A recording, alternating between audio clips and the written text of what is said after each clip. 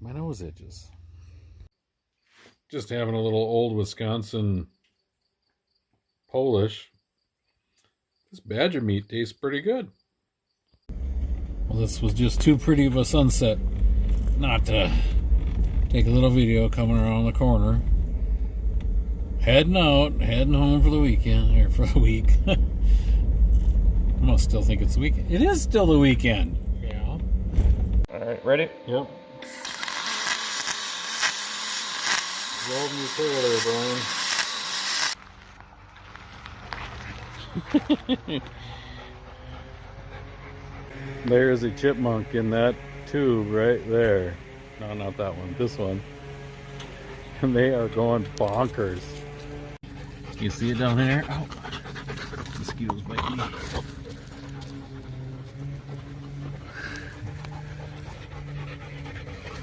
Poor dogs. Hey, if your tongue was only 6 feet long, you keep it up and it will be, huh? I said in that last video, or one of the last videos, that if you wanted me to say hi to you, I would. So, Big Jim 57, hello. And Todd in Kalamazoo. Kalamazoo. You know, how can you not smile when you say Kalamazoo? Hey, I'm from Kalamazoo. I think I should move there, just so I can say I'm from Kalamazoo. That handle is not bent on that jack. It's not. It's custom now. It might have got run over. In a previous video, I talked about being a master logger. Master logger. And I told you what it... I told you I was no longer a master logger. So I really should take that off, shouldn't I? I should. But I'll explain to you what a master logger is, or was. In this day and age, everybody wants proof that everything is being done sustainably, or correctly, in this environmental age we live in, which is good. And I don't know what I'm talking about. Must be the login herpes. I can't think straight. Gotta start over. So everybody wants this certified wood. The end users, the people buying the magazines, the newspapers, the cardboard boxes, whatever. Anything that's made out of wood fiber. Most of the timber harvested in Minnesota comes off of state, county, federal, private industrial forests.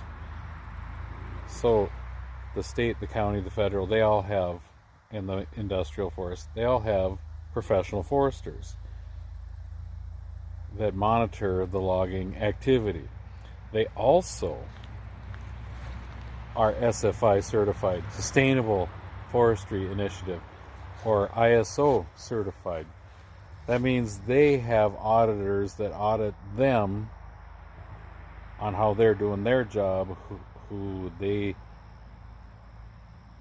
Well, I just can't make this sound very good, can I? The auditors make sure the foresters are making sure the loggers are doing their job too. It's more than that, but anyway, there's multiple levels of people checking on people to make sure stuff is being done sustainably. On private land, because we can log on private land, private landowners can sell directly to loggers. There is no auditors to make sure we're doing a good job on private land. So that wood can't be certified. And this is where the Master Logger program comes in. Master Logger program has their own auditors. They come around and they audit these jobs and make sure they're done to spec. I was crazy enough to put stickers on the trucks, or a truck I should say. Gene, you didn't like driving this truck with that Master Logger sticker on there, because people used to harass him. And why wouldn't they? Truckers, they like to harass each other. And when you drive around with a sticker like this, you're going to get harassed. Gene always said he felt like he should be wearing a cape when he drove this truck. That's funny. The Master Logger program was brought into Minnesota to certify this private wood. One paper mill in particular really pushed this program and supported it, and that's why it got to the magnitude it did get to, and they were able to meet their thresholds for percentages of certified wood coming in. I like the program in the fact that it gave respect to the loggers. Just saying Master Logger kind of makes it sound like you're good at it. I don't, somebody else verified that you're halfway decent at it. I don't know. I'm terrible at this. I like being held to a higher standard.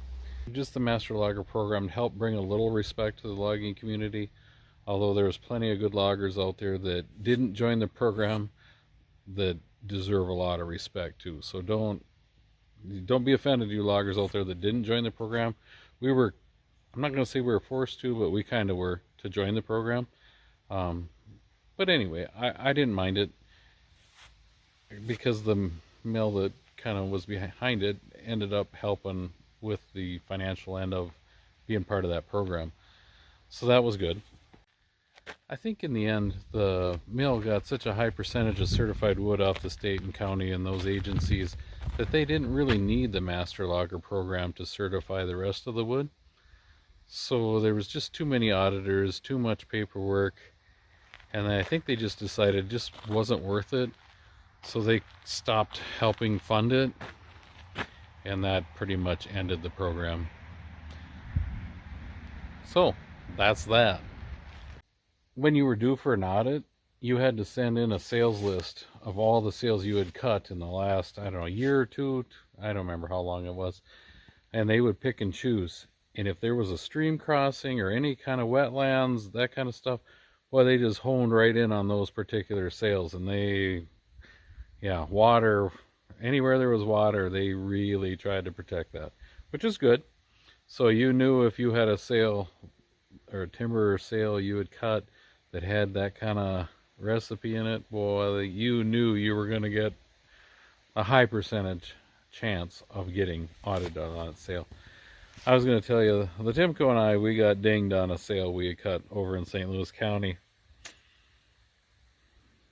Cutting black spruce. One of the regulations is you can't have stumps over 2/3 the height of the diameter. So if you have a 12-inch tree in diameter, the stump can't be over 8 inches tall.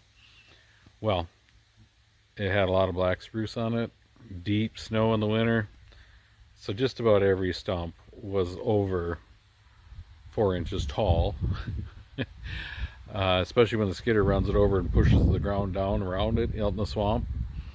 Yeah, and I argued with the auditor. I'm like, that's impossible, to keep your every single stump, because there's thousands of stumps in black spruce. They're small, they're thick.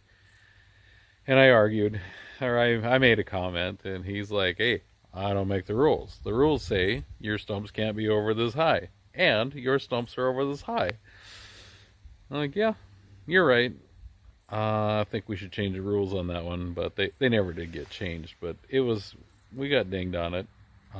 If I remember, that was the only thing we ever really got dinged on. So it was no big deal. It's not like they kicked us out of the program or anything. So Eric Rice, was that more gooder or was that okay? I don't know. Let me know.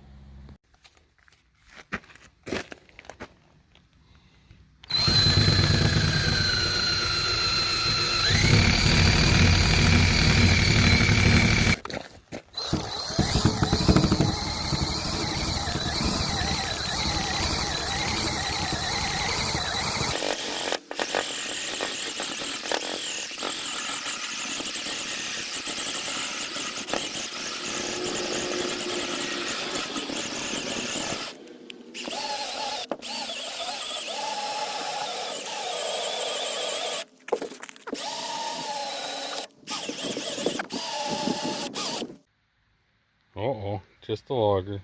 Lonely logger. For you guys that ever watched Laverne and Shirley, this must be Laverne's pickup. That's one thing about going home, get some nice views of the sunset. Unfortunately, I just got some terrible information. Kevin Baker, Open Station Logging, passed away yesterday, and Wendy was kind enough to let me know. Wendy, you're in our thoughts and prayers. Just in the little bit I talked to Kevin, he seemed like a pretty good guy.